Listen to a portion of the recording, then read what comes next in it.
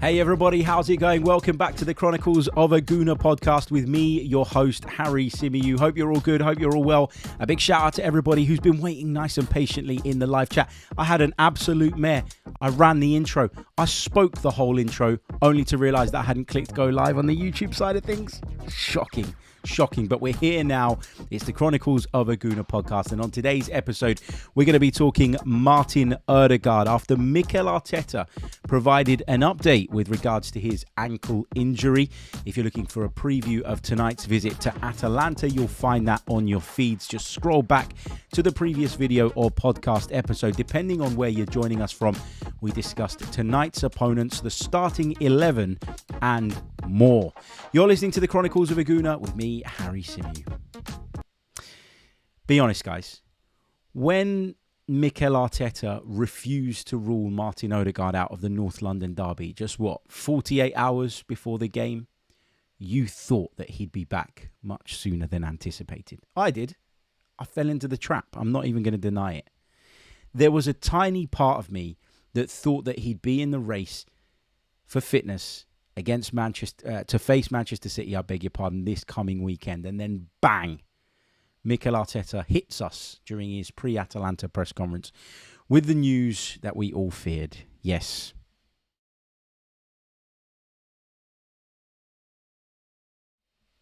How long is he going to be out for? I don't know. How long are we going to be missing him for? We're going to try and figure that out on this episode. We'll try and give you a read on what the situation looks like, exactly how long this type of injury normally takes, because that's all we can kind of go by, right, without having the real sort of granular details of it. We're going to do all of that on this episode. We're also going to talk about how we cope without Martin Odegaard. What are the alternatives available to us? Do we have to tweak the way we play? Can we play the same way? Can we just bring someone in who can take on that role and everything will be fine and dandy?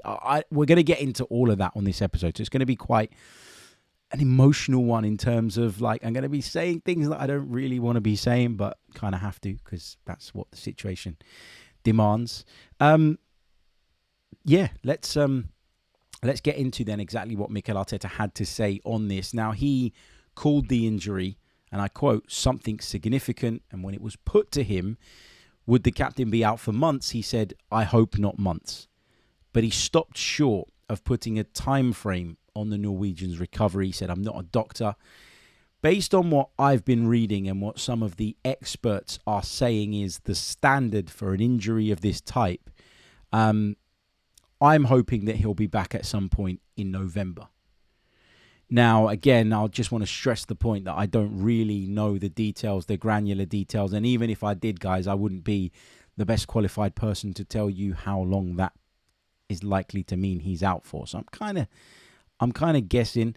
I did come across a tweet from Dr. Rajpal Brar. Big shout out to him. He's an expert in this kind of field and obviously is very, very vocal on Twitter in terms of keeping us up to date and giving us what the kind of industry standard would be, if you like, on industry. Can I say industry standard about medical opinion? What I should say is he gives us an informed medical opinion. That's the way I should put it, on what these things normally look like, how these injuries normally look and what it takes to kind of recover from them in terms of timescales. And this is what he said. He said, Arteta being vague as usual. He said, if there's moderate, i.e. grade 2 ligament damage, you're looking at 3 to 4 weeks.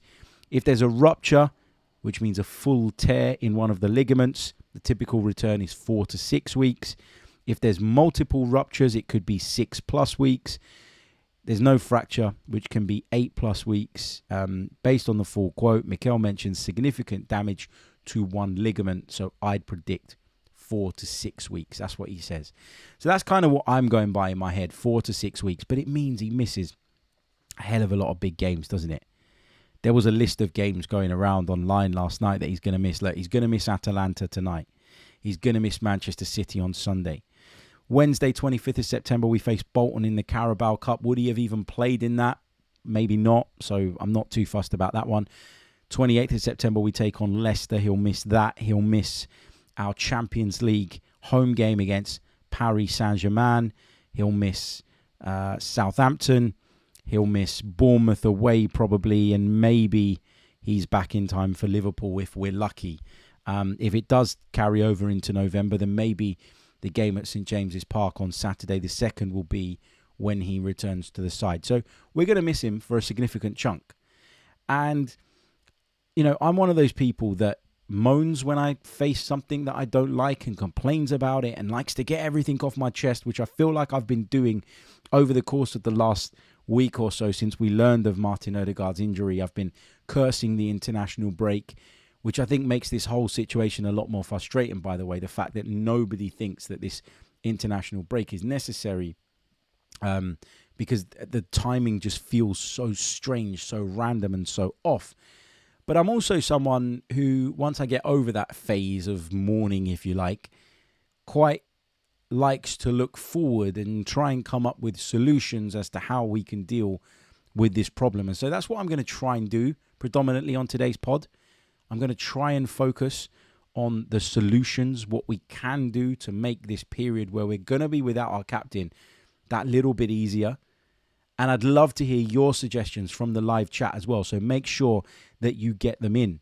Just a quick reminder as well, if you haven't done so already, leave us a like on the video. If you're listening on audio, please do leave us a review. That really, really does help as well. This is a good time, I guess, to go over to the chat and see what you guys are saying. Lots of you criticizing my timekeeping, which is absolutely fair today. I did run the intro and I was speaking to myself. And as I was talking, I saw a comment come through from Angela, who said, "Harry, this is late even for Greek time." And then John said, "If everyone hits the like button, maybe he'll start." And then I thought, hold on a minute, I have started. Why are these comments still coming through? And I looked on my second screen, and there it was. The big go live button was staring me in the face. Hadn't clicked it, idiot. But anyway, what else have we got in the live chat? Siva says, if Arteta openly admitted that we will be without Martin Odegaard for a while, it's got to be a serious injury. Yeah, I mean, it would be very Mikel Arteta to kind of put something out there that suggests he's going to be out for like 4 to 6 weeks and then for him to return after 3. Like, it would be very, very Mikel Arteta to do that. But we just don't know is the truth. And I guess what he does by coming out and being quite open about what exactly has happened. Well, first of all, I think as fans, we have a right to know what the situation looks like and understand, you know, kind of where we're at with one of our most important and best players. But I also think that it just kind of takes the pressure away now. It's to the side. We know that he's not going to be available for Manchester City. We know that he's not going to be available for some of the upcoming games. So rather than talking about it every day and hoping and begging and praying, you know, we just have to kind of accept that for now and start focusing on what I keep describing as potential solutions. Maximus says, you don't know Arteta yet. That ball was strategically placed at his ankle in that squad photo, and that was a huge hint. Yeah, maybe. DJ Ash B says, good morning, Harry. I fear Odegaard will be out until like the end of November at the earliest. Hopefully be back for the Christmas run-in. Angela says, Martin's reaction when he got the injury said it all. No way he'll be back anytime soon, unfortunately. Very nervous how we'll plug that gap for so many games. Mosin says, could this be mind games from Mikel before the game on Sunday? I don't think so. I think if he wanted to keep Manchester City guessing, he probably would have said less. So I think he's at a point now where he's had to say what he said. I think they probably knew that there was ligament damage ahead of the North London derby. This wasn't something that they discovered in the aftermath, but they did not want to kill the mood too much. And there's a lot of that involved nowadays in football, right? We know that the Arteta contract announcement was very strategic in terms of the timing of it. We knew that that was in the pipeline and was pretty much done for quite some time. There was never any jeopardy around whether or not he was going to sign. But the timing of it was very, very interesting. And now the timing of telling us all that Martin Odegaard could be out for a while is also interesting, because when it comes after you win a North London derby, it's going to be received in a much more positive way. And that's kind of why I think they've done that. If we go and win at Atalanta and then we go and get a result against Manchester City as well, then people are going to start looking at it and going, okay, this isn't so bad. So I think timing is really important with these announcements, and this information will come out at the points that Arsenal want it to, and that's just kind of the way it works.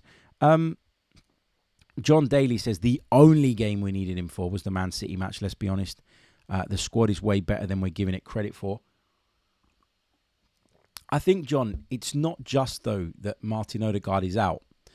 I think had Martin Odegaard been out but Mikel Merino was fit, for example, then I think people would feel a lot more comfortable about this situation. Now, I'm not saying that anybody would be happy about it, and I'm certainly not saying that A, Mikel Merino is anywhere near as good as Martin Odegaard, or that B, he can play the same role. But I think when you've got a midfielder that you really pushed for during the summer to sign, you eventually got that deal done a lot later than people would have liked, and then he suffers an injury and goes down for a period of time, you think, shit.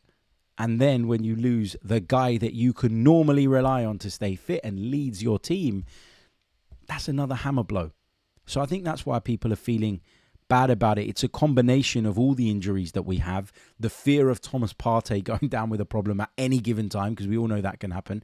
All of those things amalgamated into one are, I think, what's contributing to the worry and concern among the Arsenal fan base at the moment. Andrew says the squad is not big nor good enough. We knew this could happen. We all knew that this could happen. Only the Cronkies didn't, who don't know ball. Wagner says he's our best player, unfortunately, and I'm gutted. These bigger clubs should borrow a leaf from Sir Alex Ferguson's book on dodging international duties.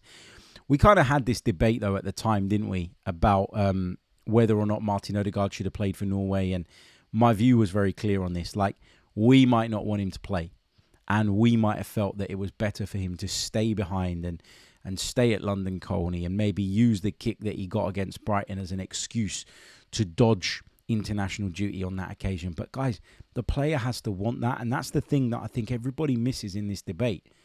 The player has to be on side with that. And why would a guy who captains his nation, who's incredibly proud of the fact that he captains his nation, want to jeopardize his relationship with his international manager and with his teammates by showing that he can't be bothered to turn up? Clearly, Martin Odegaard felt in himself that he could go. He picked up another kick on international duty. Maybe the fact that he was in the red contributed to him picking up the injury that he did in the end, and I certainly am a subscriber to that opinion. But that injury could have happened in training. It could have happened stepping out of the bath. It could have happened anywhere. All right, maybe not stepping out of the bath. It could happen to me stepping out of the bath, but maybe not a top athlete like Martin Odegaard. But you get the point I'm trying to make. It could happen at any time to anyone, and it's just incredibly unfortunate. So let's come back to the question then. How do we cope with Martin Odegaard's absence? The first thing I want to say is that regardless of who you put in there, we are going to, like it or not, have to tweak the way that we play, because he's too good a player to have an equivalent replacement for. Now, people will say, well, that's because the squad's not good enough and all of the rest of it, and they'll wheel out that argument again, the same argument that comes out every time a good player picks up an injury. But I would say that there isn't a team in the world that has like for likes in every position. You just don't, guys. That's not the reality of football. You know, you look at someone like, let's take Rodri. Rodri's a good example. He's so important to Manchester City and so damn good that when he's not available, they can't replace him. And look at the riches that they have available to them. Look at, the squad that they've assembled over a number of years. You know, Real Madrid could lose Kylian Mbappe and they wouldn't have another Kylian Mbappe to come in. They could lose Vinicius Jr. and they wouldn't have another Vinicius Jr. to come in. And the reason for that is because some players are just so good that it's impossible to find another one.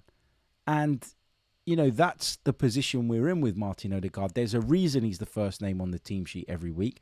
There's a reason he's the club captain, because he is irreplaceable. So maybe we don't think about replacing him, and we shouldn't obsess about the idea of bringing in a like for like, because I would argue that we don't have one. And instead, we should be focused on what needs to happen in order for us to be able to put another player into that midfield and for us to be effective. And does that mean a tweak somewhere else? If you think about what Martin Odegaard contributes to the team, He leads the press, I think, fantastically well. He works incredibly hard. He passes on instruction from Mikel Arteta. I think he's really intelligent. And I honestly believe that he sits in those meetings and he absorbs it all in, and he makes sure that he understands everything that's being instructed first and foremost, so that he can be in a position when on the pitch to almost be Mikel Arteta's right-hand man and make sure that what's been asked is being carried out. Work rate is incredible. I think he brings a goal threat. He can thread passes through the eye of a needle. And he's part of what I call the holy trinity in this Arsenal side. The right side, him, White, Saka. The relationship that those three have developed over time isn't something that you can replicate. And for a long, long time, a common discussion point around Arsenal has been the left not being as good as the right. And I just don't think that with the amount of changes that we've seen on the left, different left backs, different left eights, different left wingers, whether it be Martinelli or Trossard, I just don't think with all those changes and that lack of continuity, you could ever develop a relationship like the one struck up between White, Odegaard and Saka. It's like clockwork. They all know where each other's going to be. They know which spaces each other are going to move into. There's almost this kind of telepathic connection between them that allows them to combine and play really good damn football. And missing one of the Holy Trinity is going to be a problem. Whatever way you look at it, no matter how positive you want to be, it's going to be an issue for us. We play some of our best football, I would argue, not just wide right, but in that right inside space, that half space. And that's where Martin Odegaard, on an individual level, I think does his best work. So I think we kind of have to accept that things are going to have to change a little bit. We're going to have to find a different solution. Now, Mikel Arteta, to me, over the last couple of years, has proven that when faced with challenges, he can find different solutions. If you think back to last season where our form took a dip and we were really struggling and we were talking about the need to kind of reinvent ourselves and, you know, we were struggling, I thought, to get the ball out to our wide players early enough, into our front line early enough. There was talks about ball progression. Could Declan Rice do it at the base of the midfield in the same way that Thomas Partey could? What did Mikel Arteta do? He didn't take Declan Rice out of the team and replace him with someone else. He found a different solution. He changed the shape of our midfield ever so slightly, brought Jorginho into the side and made sure that Jorginho provided us specifically what we were missing, with Declan Rice playing a more kind of box-to-box role that allowed him to support Jorginho and cover up maybe what Jorginho doesn't have, which is that mobility and ability to get across the pitch nice and quickly. So he found a solution, and that saw our form turn back around, and that kicked off a really strong run of form at the end of the season. We won 16 out of 18, for God's sake, in 2024 at the back end of last season. You can't ask for more than that. So he's proven before that he can find solutions. And so there's a part of me that sits here and goes, shit, this is a mess, and I'm panicking and I'm worried and I'm confused and I don't know how we're going to deal with it and I'm stressed about it. But there's also a part of me that goes, just believe, just trust in this manager who has been able to find solutions to equally difficult problems in the past. Let's just trust that he and his staff can come up with an alternative here that's going to work for us. Lots of you in the chat are commenting on this. We've got Jid who says, I feel like our appetite to get rid of Emile Smith-Rowe, Reece Nelson, Eddie Nketiah and Fabio Vieira has come to bite us in the back. I disagree with that. They had to go. Like, they had to go, not just for our sake, but for their own sake as well. And I don't know that, you know, we could have kept hold of all of them with it being fair to them, but also then expecting to get decent money for them down the line. And one of the big criticisms that everybody throws at Arsenal is they're not a good selling side. Well, they sold quite well this summer, but they sold because they sold at the right time. One more year of Eddie being on the bench and you get nothing for him, or pretty much, or significantly less. One more year of Reece Nelson being a bit part player and you get practically nothing for him. One more year of Aaron Ramsdale, just as another example of sitting around as your number two and not getting very many minutes, you're going to get nothing for him. You significantly damage these players' values. You know, the other one that people would maybe say would be relevant now is Emile Smith-Rowe. Emile Smith-Rowe hadn't kicked the ball basically for 2 seasons, guys, and we got over £30 million for him. That was brilliant business on the club's part. There's no point in crying over spilt milk. Those deals have been done. I think we were right to do those deals. Nobody could have envisaged this happening. And fingers crossed it isn't as bad as we all feel right now. Maybe he'll be back sooner rather than later. And there's not that much to panic about. I don't know, guys. We're just going to have to wait and see. Just a quick reminder, if you haven't done so already, please leave a like on the video, subscribe to the channel if you're brand new as well. We've got nowhere near enough likes on the board, which is very, very disappointing. Please do help me out with that. I also want to let you guys know about our partners right now, the good people over at NordVPN. It's the best VPN service out there. I can say that from experience because I use it pretty much daily. Not only does it give me added protection when surfing the web, when streaming, when downloading things, and basically running my entire life through the internet, but it also gives me the ability to change my location with the click of a button, opening the door to a new world. I can watch films, I can watch streams of football games, I can watch content that isn't available to me in my location. And when I'm traveling abroad, I have that ability to set my VPN back to the UK and watch all my favorites like Match of the Day. Log into my Sky Go and watch the Sky coverage of Premier League football. So there's lots and lots of benefits to it, but those are the ones that really, really interested me. And I have to say, I'm totally satisfied with the service. And if you're not, this is the great thing about NordVPN, you can get your money back within 30 days. There's a 30-day money-back guarantee. Take advantage of their exclusive offer to Chronicles of a Gooner listeners where you get 4 months for free at the end of your plan, as well as a mega discount. All you need to do is visit nordvpn.com/ChroniclesAFC. That's nordvpn.com/ChroniclesAFC, and the link is in the description below. We thank you, or we thank them, I beg your pardon, for their support of the show. Okay, Carl Regal has sent in a super chat. Thank you very much, Carl. He says, Saka at the 10 and Sterling on the right would be fire. That's interesting. It really, really is. Because I've been sort of racking my brain this morning with regards to what I would do here. And I came up with all these different discussion points. And I've got them in front of me. I noted them down so we can run through them.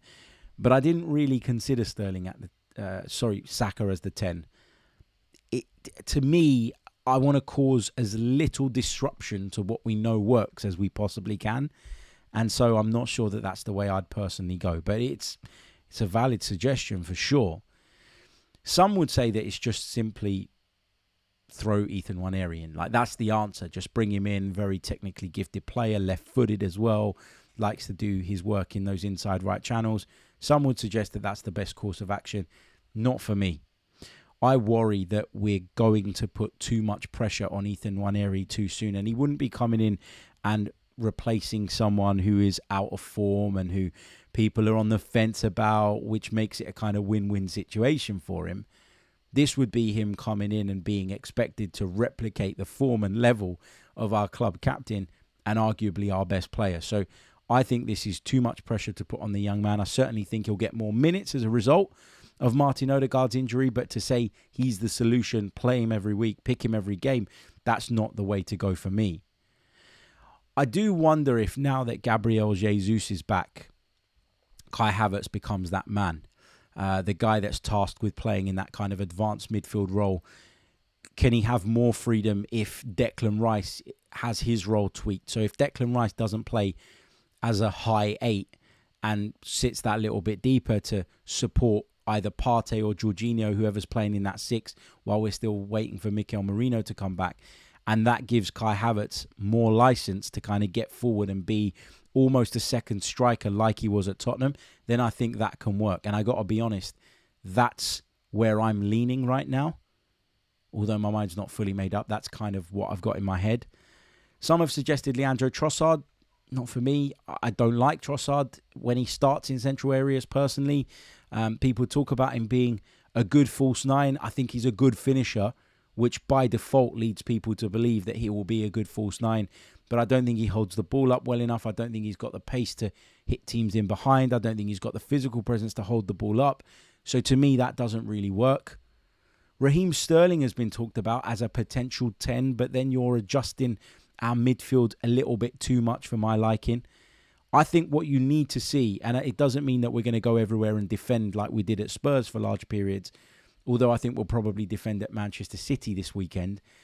But I think if we do lean more on that kind of 4-4-2 shape, which you'd see quite often with Odegaard in the team, Havertz being the centre forward, you'd see those two go and press as the first phase together, and then you'd get that next wave. If we lean kind of more on that style and that philosophy, and whoever plays in this role can kind of play as a second striker, then it's a role that I think can suit Kai Havertz. And with Gabriel Jesus in the team, obviously makes it easier for us to be able to do that and make that change. I still think Havertz could offer a lot of what he does playing in that role. But that requires the rest of the team to be that little bit more compact. And so the 4-4-2 thing kind of works just a little bit better for me. What about a midfield trio of Rice, Partey and Jorginho? That's another idea that I toyed with. But then I started to think about who would be the one that plays higher up. And when I think about Declan Rice and his skill set, I think he's good when he's higher up the pitch because he's powerful and he's strong and he's not shy to take a shot from distance. But does he have that cuteness of pass? Does he have that vision? Does he have that guile that you sometimes need in that area of the pitch? Not for me, to be honest with you. And so if I was to play a midfield three, whilst we're still waiting for Mikel Merino to come back too, of Partey, Jorginho and Rice, I'd be tempted to play Jorginho as the more advanced one. And I know that's not where he normally plays, and people are going to go, what is he talking about? But I think about what Jorginho is good at, and that is progressive passing, executing difficult passes, spotting things earlier than everybody else. I think in the final third, that could be useful to us. But then, is he capable of being a part of a press, which is, again, another big part of our game? And the answer to that is no. So that's kind of the negative side of that particular argument. But that was another idea that I had. When we complain about Jorginho, we complain about a lack of mobility and him not being able to get across the pitch as much as others. We never complain about what he does when he's got the ball at his feet, because we all know that he's capable of playing a key pass. There's no doubt about that. So having gone through the options in my head and having reeled them off to you, I think that the one that Mikel Arteta will go for is probably the Kai Havertz one. I think he brought him in largely because of his versatility. And I think he's at a point now where he really, really trusts him. It does mean, I think, a tweak, though. It does mean that whoever's playing in the Odegaard role is going to play more like a second striker than an 8. And I think there needs to be adjustments made deeper in the team to kind of facilitate that. But I think that's the way I would go, guys. I really, really do. And especially with Gabriel Jesus back, it just makes that whole decision a little bit easier.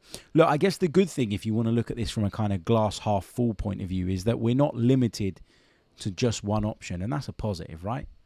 That's the positive. You know, we can do different things. We can play in different styles and with different shapes. And the adaptability point has been one that a lot of us have been making recently as a kind of positive thing. We need to lean into that, and we need to show that now, don't we, in this particular situation. Guys, just looking at the likes, I've only got 76 on the board. Come on. There's loads and loads and loads of you watching. There's no reason why we shouldn't have at least 100 likes on the board. So please do leave a like on the video. It really, really does help me. For listening on audio, please do subscribe. This is, of course, a bonus edition of the podcast that I felt like after this news, I needed to come on and talk about it. It's kind of therapy for me. I hope it's been therapeutic for you guys as well. I hope you feel a little bit better about it. I probably just confused you even more, but that was my intention at least. Just to let you know as well what's coming up on the Chronicles of a Gooner podcast. We are going to be live at 10:30 p.m. tonight, so around about half an hour, 40 minutes after the full-time whistle in Bergamo, where we'll be reflecting on the game against Atalanta. Now, that means a slight change of plan with what we do on Patreon, and that is because I want to take advantage of the fact that I'm not out in Italy, I'm not out in Bergamo, which means I don't have any work commitments tonight. So I want to do the main pod as close to the full-time whistle as I possibly can. What I'm going to do is do the main pod, and then we'll create a bonus section that our Patreons will be able to get access to after the main pod. So we'll go live for about 40 odd minutes or however long it takes us to do the main pod.